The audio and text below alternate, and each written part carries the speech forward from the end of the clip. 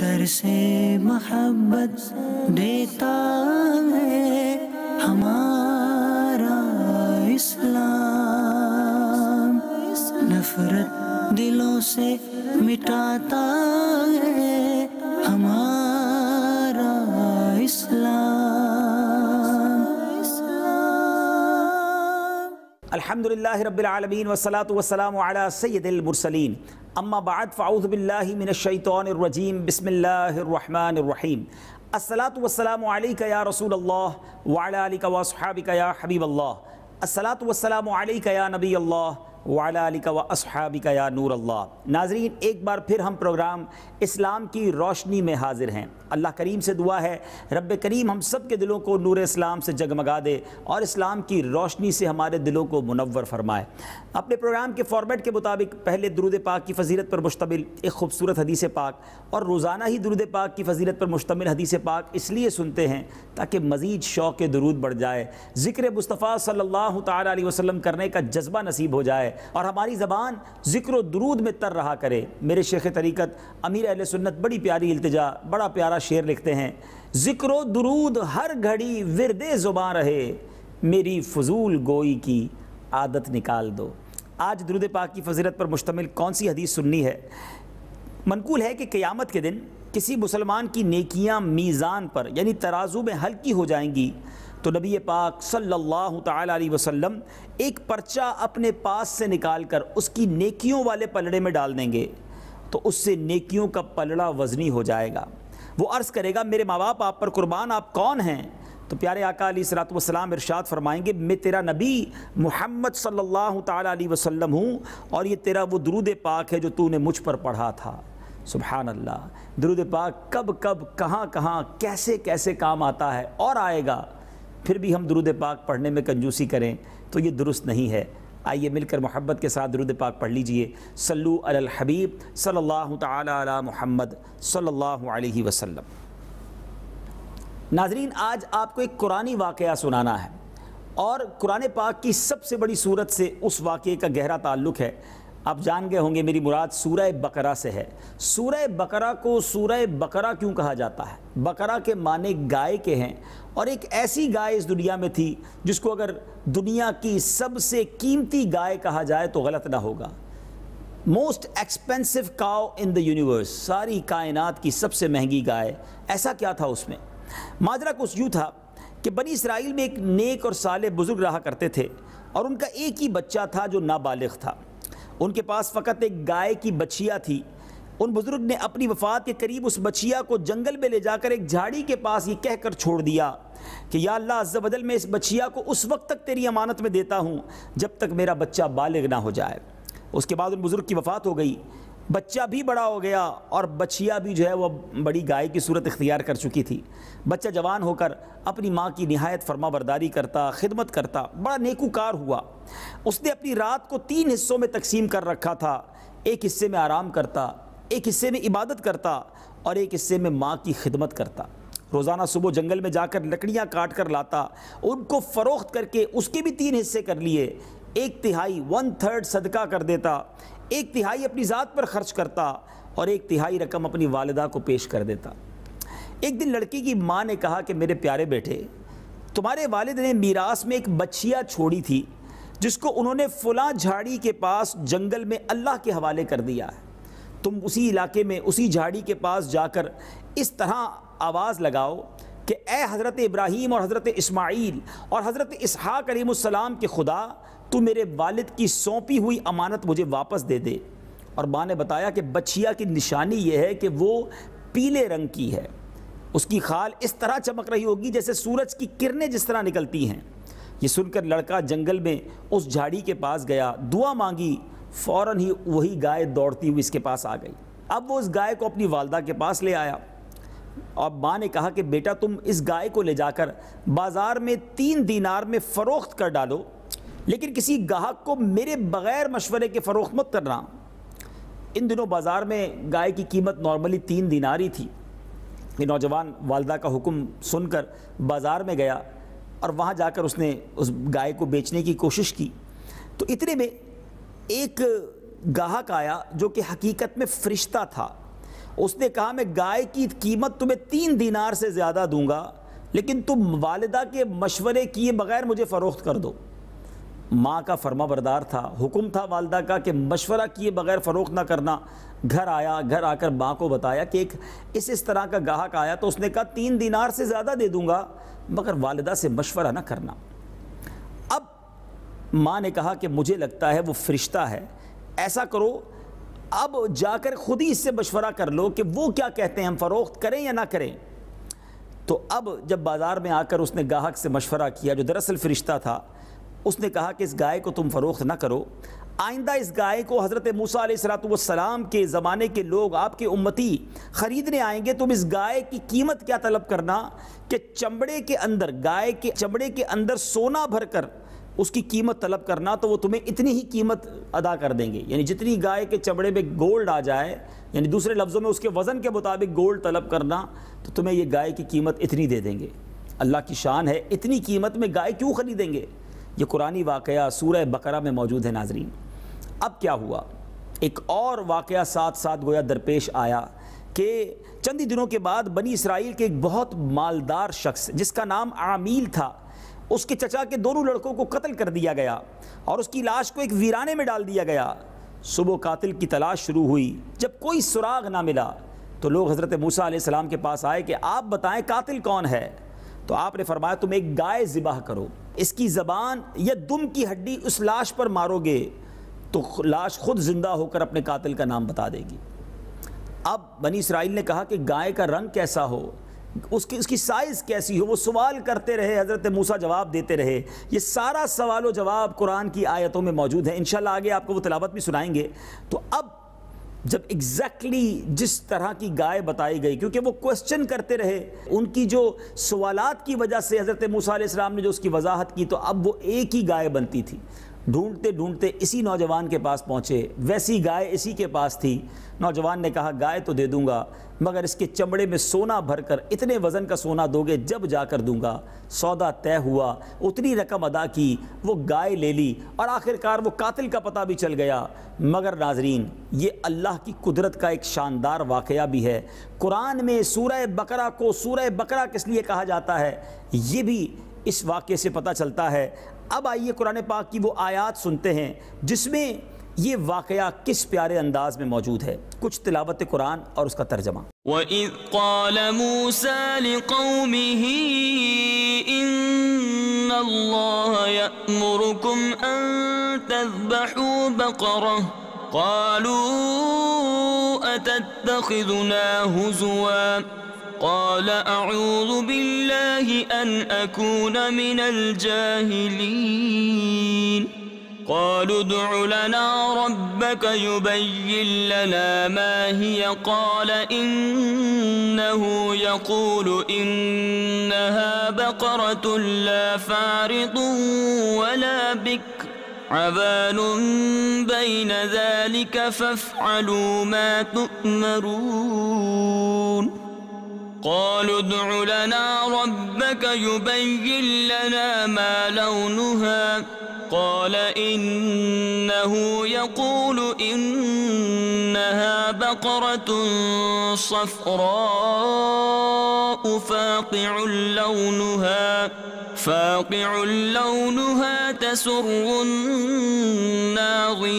الناظرين قالوا ادع لنا ربك يبين لنا ما هي إن البقرة شابه علينا وإنا إن شاء الله لمهتدون قال إنه يقول إنها بقرة لا ذلول تثير الأرض ولا تسقي الحرث مسلمة لا شية فيها قالوا الآن جئت بالحق فذبحوها وما كادوا يفعلون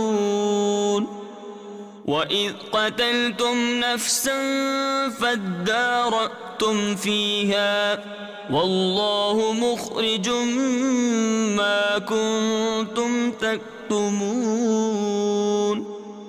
فقلنا اضربوه ببعضها كذلك يحيي الله الموتى ويريكم آياته لعلكم تعقلون ثم قست قلوبكم من بعد ذلك فهي كالحجارة أو أشد قسوة وإن من الحجارة لما يتفجر منه الأنهار وإن منها لما يشقق فيخرج منه الماء وإن منها لما يهبط من خشية الله وما الله بغافل عما تعملون أفتطمعون أن يؤمنوا لكم وقد كان فريق منهم يسمعون كلام الله ثم يحرفونه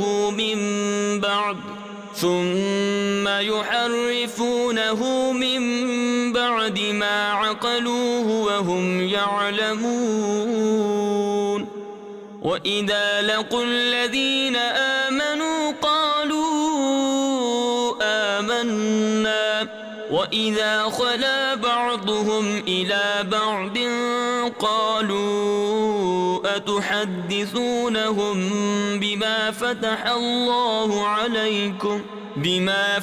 الله عليكم ليحاجوكم به عند ربكم أفلا تعقلون أولا يعلمون أن الله يعلم ما يسرون وما يعلنون ومنهم أميون لا يعلمون الكتاب إلا أماني وإن هم إلا يظنون فويل للذين يكتبون الكتاب بأيديهم ثم يقولون هذا من عند الله ليشتروا به ثمنا قليلا فويل لهم مما كتبت أيديهم وويل لهم مما يكسبون وقالوا لن تمسنا النار إلا أياما معدودة قل أتخذتم عند الله عهدا فلن يخلف الله عهده أم تقولون على الله ما لا تعلمون بلى من كسب سيئة وأحاطت به خطيئته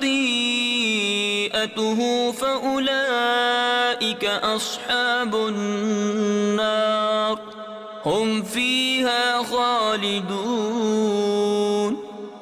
والذين آمنوا وعملوا الصالحات أولئك أصحاب الجنة هم فيها خالدون وإذ أخذنا ميثاق بني إسرائيل لا تعبدون إلا الله وبالوالدين إحسانا وذي القربى واليتامى والمساكين وقولوا للناس حسنا وأقيموا الصلاة وآتوا الزكاة ثم توليتم إلا قليلا منكم وأنتم معرضون. اور جب موسیٰ نے اپنی قوم سے فرمایا خدا تمہیں حکم دیتا ہے کہ ایک گائے ذبح کرو، بولے کہ آپ ہمیں مسخرہ بناتے ہیں. فرمایا خدا کی پناہ کہ میں جاہلوں سے ہوں. بولے اپنے رب سے دعا کیجئے کہ وہ ہمیں بتا دے گائے کیسی ہے. کہا وہ فرماتا ہے کہ وہ ایک گائے ہے نہ بوڑھی اور نہ اوسر یعنی بچیا، بلکہ ان دونوں کے بیچ میں تو کرو جس کا تمہیں حکم ہوتا ہے۔ بولے اپنے رب سے دعا کیجئے، ہمیں بتا دے اس کا رنگ کیا ہے۔ کہا وہ فرماتا ہے وہ ایک پیلی گائے ہے جس کی رنگت ڈہڈہاتی یعنی گہری چمکدار، دیکھنے والوں کو خوشی دیتی۔ بولے اپنے رب سے دعا کیجئے کہ ہمارے لیے صاف بیان کرے وہ گائے کیسی ہے، بے شک گایوں میں ہم کو شبہ پڑ گیا، اور اللہ چاہے تو ہم راہ پا جائیں گے۔ کہا وہ فرماتا ہے کہ وہ ایک گائے ہے جس سے خدمت نہیں لی جاتی کہ زمین جوتے اور نہ کھیتی کو پانی دے، بے عیب ہے جس میں کوئی داغ نہیں۔ بولے اب آپ ٹھیک بات لائے تو اسے ذبح کیا، اور ذبح کرتے معلوم نہ ہوتے تھے۔ اور جب تم نے ایک خون کیا تو ایک دوسرے پر اس کی تہمت ڈالنے لگے، اور اللہ کو ظاہر کرنا جو تم چھپاتے تھے۔ اور ہم نے فرمایا اس مقتول کو اس گائے کا ایک ٹکڑا مارو، اللہ یوں ہی مردے جلائے گا اور تمہیں اپنی نشانیاں دکھاتا ہے کہ کہیں تمہیں عقل ہو۔ پھر اس کے بعد تمہارے دل سخت ہو گئے تو وہ پتھروں کی مثل ہیں، بلکہ ان سے بھی زیادہ کرے یعنی سخت۔ اور پتھروں میں تو کچھ وہ ہیں جن سے ندیاں بہہ نکلتی ہیں، اور کچھ وہ ہیں جو پھٹ جاتے ہیں تو ان سے پانی نکلتا ہے، اور کچھ وہ ہیں جو اللہ کے ڈر سے گر پڑتے ہیں، اور اللہ تمہارے کوتکوں یعنی برے کاموں سے بے خبر نہیں۔ تو اے مسلمانوں، کیا تمہیں یہ طمع ہے کہ یہ یہودی تمہارا یقین لائیں گے؟ اور ان میں کا تو ایک گروہ وہ تھا کہ اللہ کا کلام سنتے پھر سمجھنے کے بعد اسے دانستہ بدل دیتے، اور جب مسلمانوں سے ملیں تو کہیں ہم ایمان لائے، اور جب آپس میں اکیلے ہوں تو کہیں وہ علم جو اللہ نے تم پر کھولا مسلمانوں سے بیان کیے دیتے ہو کہ اس سے تمہارے رب کے یہاں تمہیں پر حجت لائیں۔ کیا تمہیں عقل نہیں؟ کیا نہیں جانتے کہ اللہ جانتا ہے جو کچھ وہ چھپاتے ہیں اور جو کچھ ظاہر کرتے ہیں؟ اور ان میں کچھ ان پڑھ ہیں جو کتاب کو نہیں جانتے مگر زبانی پڑھ لینا، یا کچھ اپنی من گھڑت اور وہ نرے گمان میں ہیں۔ تو خرابی ہے ان کے لیے جو کتاب اپنے ہاتھ سے لکھیں پھر کہہ دیں یہ خدا کے پاس سے ہے کہ اس کے عوض تھوڑے دام حاصل کریں۔ تو خرابی ہے ان کے لیے ان کے ہاتھوں کے لکھے سے، اور خرابی ان کے لیے اس کمائی سے۔ اور بولے ہمیں تو آگ نہ چھوئے گی مگر گنتی کے دن۔ تم فرما دو کیا خدا سے تم نے کوئی عہد لے رکھا ہے؟ جب تو اللہ ہرگز اپنا عہد خلاف نہ کرے گا۔ یا خدا پر وہ بات کہتے ہو جس کا تمہیں علم نہیں؟ ہاں کیوں نہیں، جو گناہ کمائے اور اس کی خطا اسے گھیر لے، وہ دوزخ والوں میں ہے، انہیں ہمیشہ اس میں رہنا۔ اور جو ایمان لائے اور اچھے کام کیے وہ جنت والے ہیں، انہیں ہمیشہ اس میں رہنا۔ اور جب ہم نے بنی اسرائیل سے عہد لیا کہ اللہ کے سوا کسی کو نہ پوجو، اور ماں باپ کے ساتھ بھلائی کرو، اور رشتہ داروں اور یتیموں اور مسکینوں سے اور لوگوں سے اچھی بات کہو، اور نماز قائم رکھو اور زکوٰۃ دو، پھر تم پھر گئے مگر تم میں کے تھوڑے، اور تم روح گردہ ہو۔ جی ناظرین، قرآن کی آیات آپ نے سنی، سبحان اللہ کیسے عجیب و غریب واقعات قرآن میں موجود ہیں۔ یہاں ایک اور درس بھی مل رہا ہے ناظرین، بہت سارے لوگ وہ ہوتے ہیں جو دنیا کی سٹوریز پڑھتے ہیں، ونڈرز پڑھتے ہیں، واقعات پڑھتے ہیں، ایڈونچر کی کہانیاں پڑھتے ہیں۔ کیوں نہ قرآن کے واقعات پڑھے جائیں، قرآن کے قصے جانے جائیں، اس سے درس بھی حاصل ہوتا ہے، ثواب بھی ملتا ہے، انبیاء کرام کی سیرت کے بارے میں جاننا بھی ملتا ہے۔ پھر کیوں نہ قرآن کے واقعات پڑھے جائیں۔ اور دوسری بات، اس واقعے سے کیا سیکھنے کو ملا کہ خدا کے نیک بندوں کے چھوڑے ہوئے مال میں بڑی خیر و برکت ہوتی ہے۔ مرد صالح تھا، نیک شخص تھا، ایک بچیا ہی چھوڑی تھی، مگر اللہ نے کیسی برکت ڈال دی کہ اس کے بیٹے کو کس قدر یوں سمجھیے کہ دولت مل گئی۔ دوسری بات، ماں کی فرما برداری، ماں کی خدمت کا صلہ اس نوجوان کو کیسا ملا، ماں کی بات ہمیشہ مانی تو کیسا صلہ ملا کہ اللہ نے دنیا میں بھی نواز دیا۔ اور آج میرا یہی موضوع ہے۔ اس واقعے سے بڑا شاندار درس ملتا ہے والدین کا ادب کرنے کا، ماں کی دعائیں لینے کا۔ آج جن کے والدین حیات ہیں ان کی قدر کیجئے، ان کی دعائیں لیجئے، ان کے مشورے سے زندگی گزاریے، ان کا دل نہ توڑیے۔ یہ وہ نعمت ہے جس کا کوئی نعم البدل نہیں ہے۔ ناظرین یاد رکھیے، انکنڈیشنل لو، اگر ساری کائنات میں کوئی بلا کسی غرض کے پیار کرتا ہے تو وہ صرف والدین ہیں۔ اس کا کوئی مول نہیں ہے، اس کا کوئی نعم البدل نہیں ہے. دیر از نو آلٹرنیٹو. ماں باپ بے غرض بے لوث پیار کرتے ہیں اپنے بچوں سے، کتنا خیال رکھتے ہیں. اگر آج آپ میں سے کوئی والد بن چکا ہے، کوئی ماں بن چکی ہے، تو یہ بات اور سمجھ آئے گی کہ آپ اپنے بچوں کی کتنی خدمت کر رہے ہیں. رات بچہ اٹھاتا ہے، آپ اٹھتے ہیں، اس کی گندگی آپ صاف کرتے ہیں، اس کی ماں اٹھ کر صبح بچے کی مالش کرتی ہے. کتنی خدمت آج کے دور میں بھی ہمیں کرنی پڑتی ہے. تو کبھی سوچا کہ جب اتنی سہولیات بھی نہیں تھیں، ہمارے ماں باپ نے ہماری کتنی خدمت کی ہوگی. مگر آج بدقسمتی سے ماں باپ کو ستایا جا رہا ہے. آج ماں باپ بوڑھے ہو جائیں جن کو ہماری ضرورت پڑتی ہے، لیکن آج بوڑھے ماں باپ کی قدر نہیں کی جاتی، ان کا دل دکھایا جاتا ہے، انہیں الٹا سیدھا کہا جاتا ہے. بعض اوقات تو معاذ اللہ ایسے بھی بدنصیب اولاد ہے جو گھر سے نکال دیتی ہے. ماں باپ اس لیے نہیں ناظرین، حدیث پاک کا مضمون ہے، میرے آقا علیہ الصلوۃ والسلام نے ارشاد فرمایا، جو بچہ اپنے والدین کو محبت کی نگاہ سے دیکھے، اللہ اسے حج مقبول کا ثواب عطا فرماتا ہے. اللہ اکبر. ذرا سوچئے، صرف محبت سے دیکھنے کا یہ اجر ہے تو خدمت کرنے کا عالم کیا ہوگا. ایک صحابی رسول نے عرض کی، حضور اگر کوئی 100 بار دیکھے، ماں باپ تو گھر میں ہی ہوتے ہیں نا. آقا علیہ الصلوۃ والسلام فرماتے ہیں، اللہ اکبر و اطیب، اللہ بہت بڑا اور پاک ہے، کوئی 100 بار بھی دیکھے تو 100 حج کا ثواب عطا فرماتا ہے. یہ وہ ہستیاں ہیں جن کو محبت سے دیکھو تو حج کا ثواب ہے.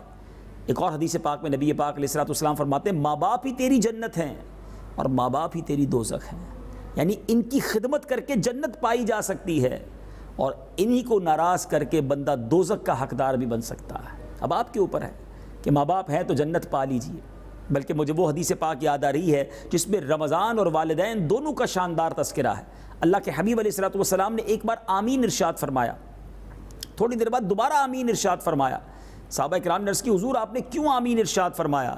نبی پاک صلی اللہ تعالی علیہ وسلم نے فرمایا، جبریل امین میرے پاس آیا اور یہ دعا کی کہ یا اللہ، جو ماہ رمضان کو پالے اور اپنی مغفرت نہ کروا سکے وہ ہلاک و برباد ہو جائے. نبی پاک فرماتے میں نے اس دعا پر آمین ارشاد فرمائی ہے. پھر دعا کی کہ یا اللہ، جو اپنے والدین کو بڑھاپے میں پائے اور ان کی خدمت کر کے جنت حاصل نہ کرے وہ بھی ہلاک و برباد ہو جائے. سرور کائنات صلی اللہ تعالی علیہ وسلم نے فرمایا، میں نے اس دعا پر آمین ارشاد فرمائی. اب ناظرین سمجھنے والی بات ہے، رمضان حاصل کیا اور اللہ کو راضی نہ کر سکا وہ برباد ہونا ہے. رمضان جاری ہے، آلموسٹ آدھا گزر گیا ہے. ذرا غور کر لیجئے نا، کیا ہم نے عبادتوں میں گزار لیا؟ کیا ایسے کام کر لیے جو اللہ کو راضی کرنے والے تھے؟ یا رمضان بھی غفلت میں گزر رہا ہے؟ اگر رمضان گزر گیا اور مغفرت نہ ہوئی، آپ جانتے ہیں دعا کس نے کی تھی؟ جبریل امین نے، جو فرشتوں کے سردار ہیں. اور آمین کس نے کہی؟ جو نبیوں کے سردار ہیں. یعنی اس دعا کی اب قبولیت میں تو کوئی شک و شبے کی گنجائش نہیں ہے نا. اور اسی طرح وہ دعا کہ جو ماں باپ کو بڑھاپے میں پا کر جنت حاصل نہ کر سکے، ان کی خدمت کر کے جنت نہ پائے، وہ بھی ہلاک و برباد ہو جائے. کتنے گھروں میں بوڑھے ماں باپ موجود ہیں؟ اپنے دل سے پوچھئے نا، کیا وہ دل سے ہم سے راضی ہیں؟ دیکھیں، ماں باپ بعض اوقات اپنے ایکسپریشنز شیئر نہیں کرتے، بچوں سے وہ ناراض ہو کر بھی دکھی ہوتے ہیں. کمال کی ہستیاں ہیں ناظرین. یہ بیچارے اندر سے کتنے دکھی ہوتے ہیں، پھر بھی اظہار نہیں کرتے. بلکہ کئی ماں باپ تو بچوں کے سامنے ڈر رہے ہوتے ہیں کہ زیادہ بولیں گے تو کہیں گھر سے ہی نہ نکال دیں. تف نہیں ایسی اولاد پر کہ جن سے ماں باپ بات کرنے میں ڈرتے ہوں. جس بیٹی سے ماں بات کرنے میں ڈرے کہ بیٹی مجھ پر شاؤٹ کرے گی، چیخے گی. اب غور تو کریں، یہ کتنا بڑا گناہ ہے، یہ کتنی بڑی نافرمانی ہے. اس ایج میں ان کو اس تکلیف میں رکھا جائے. علماء نے اولاد کے جو حقوق لکھے نا کہ اولاد کو والدین کے ساتھ برتاؤ کیسا کرنا ہے، اس میں ایک حق یہ بھی لکھا ہے، انداز لکھا ہے کہ بیٹا باپ کے آگے غلام کی طرح رہے. جس طرح غلام آقا کے حکم کا انتظار کرتا ہے، اس طرح بیٹے کا برتاؤ، اس طرح اولاد کا برتاؤ ہونا چاہیے. مگر کیا آج ایسا نہیں کہ والد بیٹے کے آگے، بعض والد بیٹے کے آگے غلام بنے نظر آتے ہیں کہ بیٹا میرا یہ کام کر دو، بیٹا مجھے تھوڑے سے پیسے دے دو. اور بیٹا بعض اوقات جھاڑ رہا ہوتا ہے کہ میرے پیسے ہیں، بار بار کیوں مانگتے ہیں؟ آپ ڈسٹرب نہ کیا کریں. ابو آپ کو سمجھ نہیں آتی، امی آپ پرانی باتیں نہ کیا کریں، اب زمانہ بہت آگے نکل گیا ہے. کیا یہ انداز ہوتا ہے والدین سے بات کرنے کا؟ مجھے بتائیے نا. ان کو یہ کہتے ہو کہ سمجھ نہیں آتی، ارے ان کو تو اس وقت بھی سمجھ آتی تھی جب میرے منہ میں زبان نہیں تھی، بولنا نہیں آتا تھا، میں روتا تھا، پتہ چل جاتا تھا میری ماں کو کہ پیٹ میں درد ہو رہا ہے یا بھوک لگ رہی ہے۔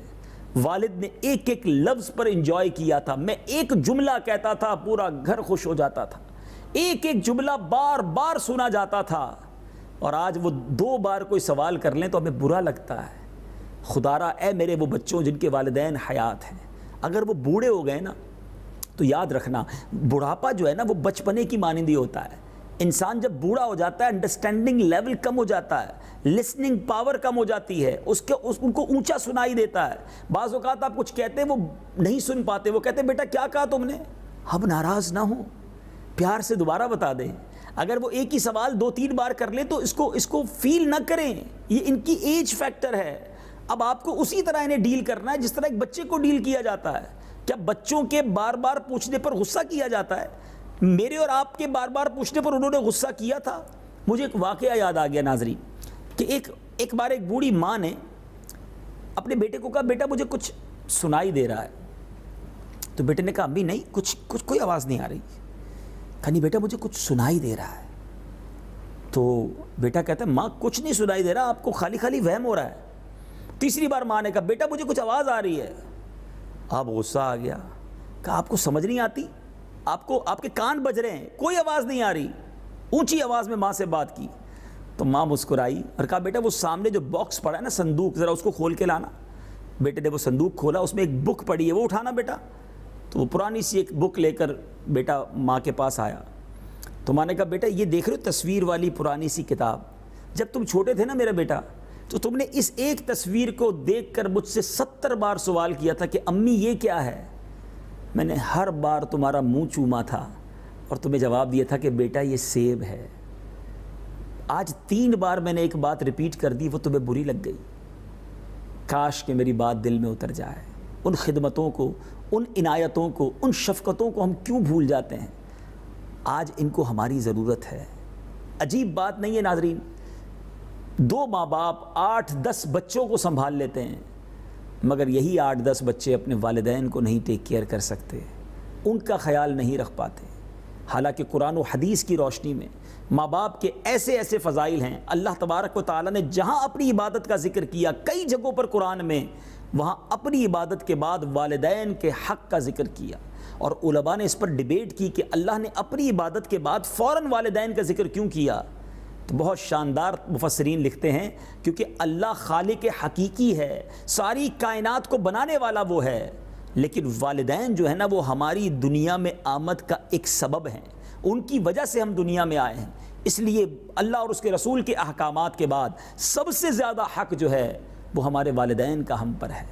آج بندہ کچھ بن جاتا ہے تو کہتا ہے میں بن گیا ہوں۔ ایک بات یاد رکھنا، آج دنیا میں اگر کچھ بھی ہماری عزت ہے، دولت ہے، شہرت ہے، شرافت ہے، واٹ ایور آئی ہیو، جو کچھ ہے میرے اور آپ کے پاس، وہ ہمارے ماں باپ کا صدقہ ہے۔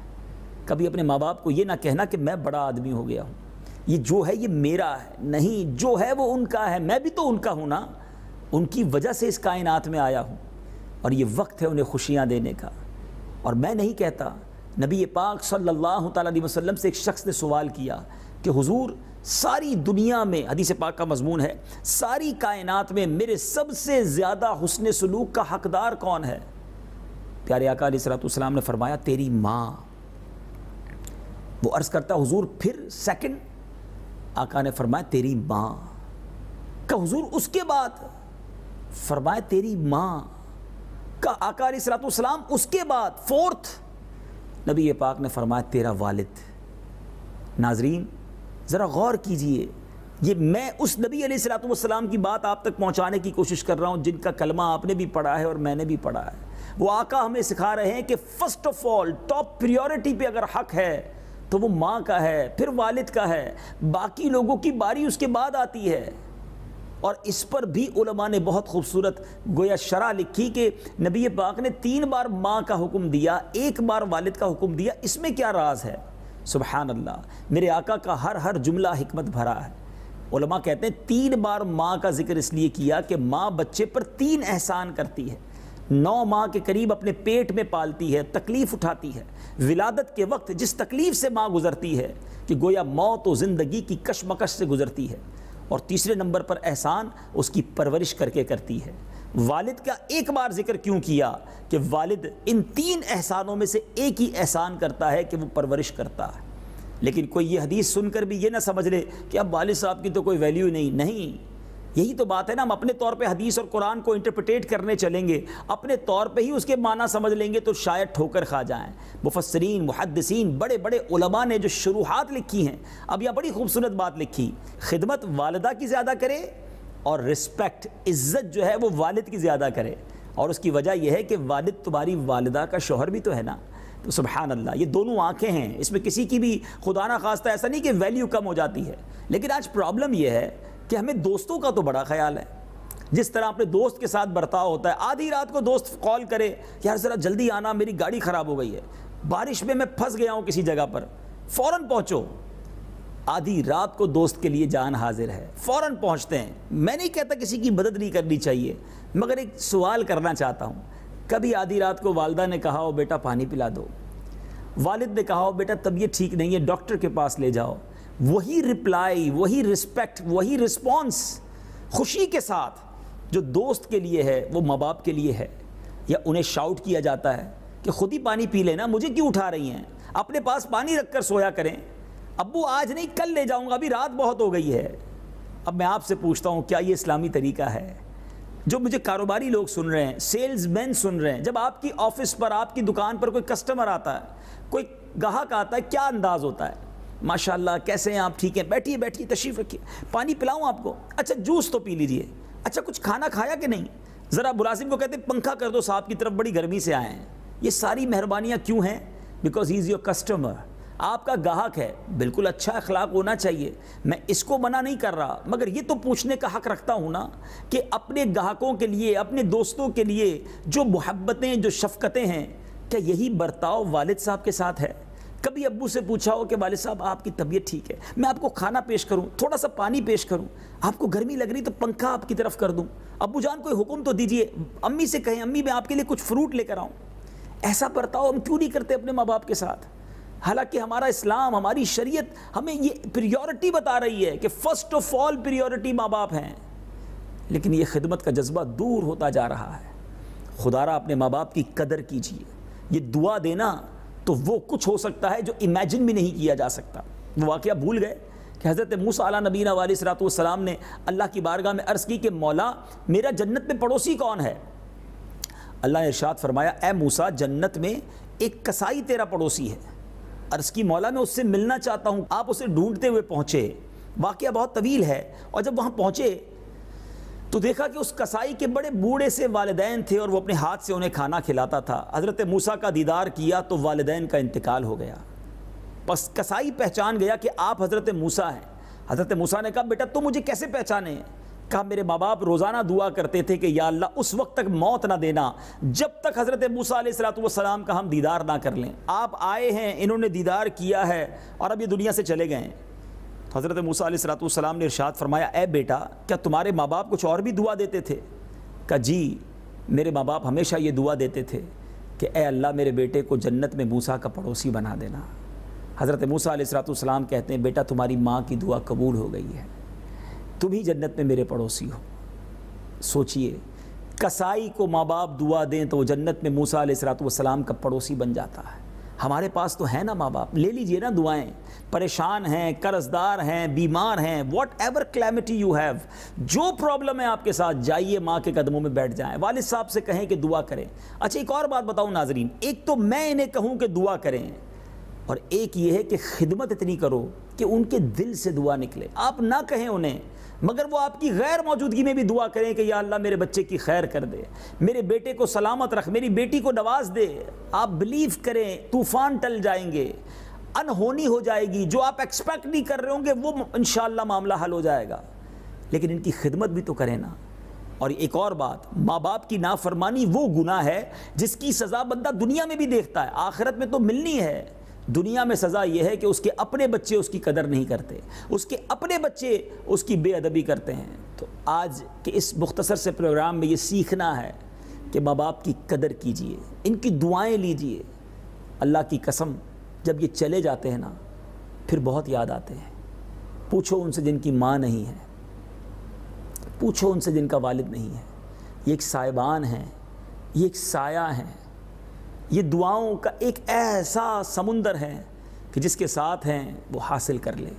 جب مشکل ہوتی ہے بندہ ماں کے پاس جا کر کہہ تو سکتا ہے کہ ماں دعا کر دو، اب ماں ہی نہ رہی تو کس کے پاس جا کر دعا کروائے گا؟ والد جیسا سایہ ہی اٹھ گیا تو پھر گھر بھی ہم نے تتر بتر ہوتے دیکھے ہیں۔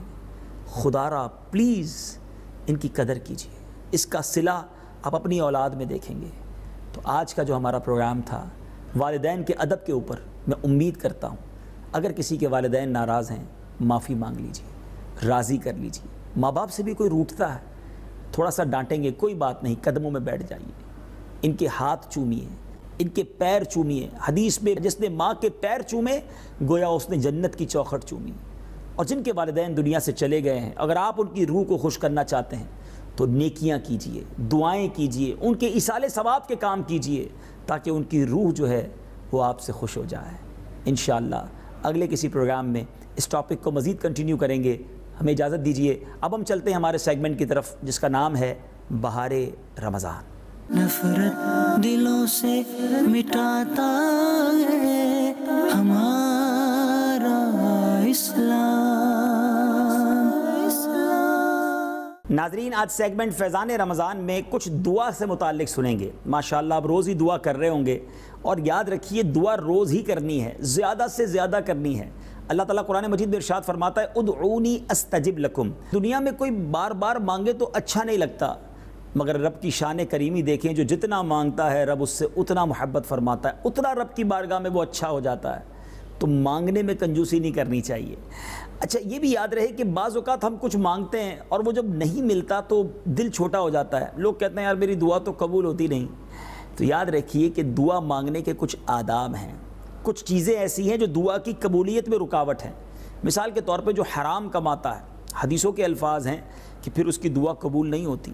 حضرت سعد بن ابی وقاص رضی اللہ تعالیٰ عنہ نے نبی پاک سے سوال کیا کہ حضور آپ مجھے کوئی ایسا وظیفہ بتائیں، کوئی ایسا طریقہ بتائیں۔ حدیث پاک کا مضمون ہے کہ میں مستجاب الدعوات بن جاؤں، میری دعائیں قبول ہونا شروع ہو جائیں۔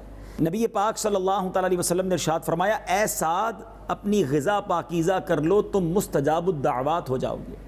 تو اگر خدا نہ خواستہ کوئی حرام کماتا ہے، اس کو چاہیے کہ وہ اگر دعاؤں کی قبولیت چاہتا ہے حرام سے بچے، اپنے آپ کو حرام سے بچائے، اپنے رزق کو چیک کرے، اپنی آمدنی کو چیک کرے۔ پھر اسی طرح ناظرین بعض اوقات ہم سمجھتے ہیں کہ دعا قبول نہیں ہوئی، مگر اللہ کے فیصلوں پر یقین رکھیں۔ قرآن مجید فرقان حمید میں اللہ تعالیٰ ارشاد فرماتا ہے عسیٰ ان تحبوا شیئا وہو شر لکم۔ ترجمہ کنز ایمان، قریب ہے کہ کوئی بات تمہیں پسند آئے اور وہ تمہارے حق میں بری ہو۔ ہمیں نہیں معلوم، اللہ تو جانتا ہے نا کہ ہمارے لیے کیا بہتر ہے اور کیا بہتر نہیں ہے۔ ذرا غور کیجئے نا، ہماری والدہ کبھی بھی ہمارے بارے میں رانگ ڈیسیشن لے گی، ہمارے لیے برا چاہے گی؟ جب ماں برا نہیں چاہتی تو وہ تو 70 ماؤں سے زیادہ چاہنے والا ہے۔ بعض اوقات ہمیں لگ رہا ہوتا ہے کہ یہ مجھے کیوں نہیں مل رہا، وہی بہتر ہوتا ہے۔ اور دعا میں جو تاخیر ہوتی ہے نا، اس کی بھی بہت ساری وجوہات ہوتی ہیں۔ بعض اوقات تو بڑی خوبصورت وجہ ہوتی ہے۔ حدیث پاک کا مضمون ہے کہ جب کوئی فاسق فاجر بندہ گناہگار اللہ کی بارگاہ میں دعا کرتا ہے، اللہ فرشتوں سے فرماتا ہے میرے اس بندے کا کام جلدی کر دو، مجھے اس کا مانگنا پسند نہیں، اس کی آواز اچھی نہیں لگ رہی۔ اور جب اللہ کا کوئی محبوب دعا مانگتا ہے، اللہ فرشتوں سے فرماتا ہے میرے اس بندے کا کام نہ کرنا، اس کا مانگنا مجھے بڑا پسند آ رہا ہے۔ ناظرین میں آپ سے سوال کرنا چاہتا ہوں، میں جو مانگوں وہ مل جائے، یا کوئی ایک دعا ایسی کرنے میں ہم کامیاب ہو جائیں کہ اللہ فرشتوں سے فرمائے اس کو اور مانگنے دو اور گڑ گڑانے دو، مجھے اس کا مانگنا پسند آ رہا ہے۔ تو سچ بتائیے کیا بہتر ہے؟ اللہ کو ہمارا مانگنا پسند آ جائے، پھر اور کیا چاہیے؟